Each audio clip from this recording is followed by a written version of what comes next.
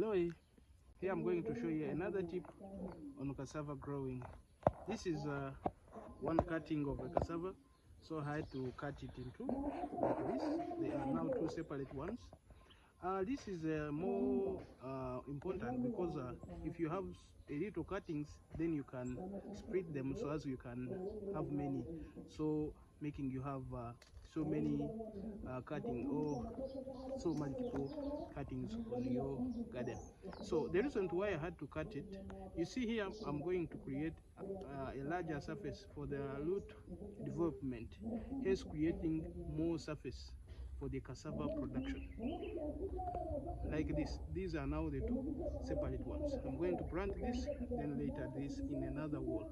And then I'm trying to expand and multiply. With the little cuttings you have, you can multiply them, then have a large harvest on your farm. Thank you. Like I'm going to do right now. Press it like this one, like I'm doing right now.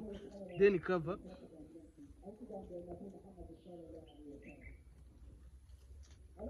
Cover a little bit. At a later time, it will have to sprout out and have more yields on your farm. Thank you so much for always watching us.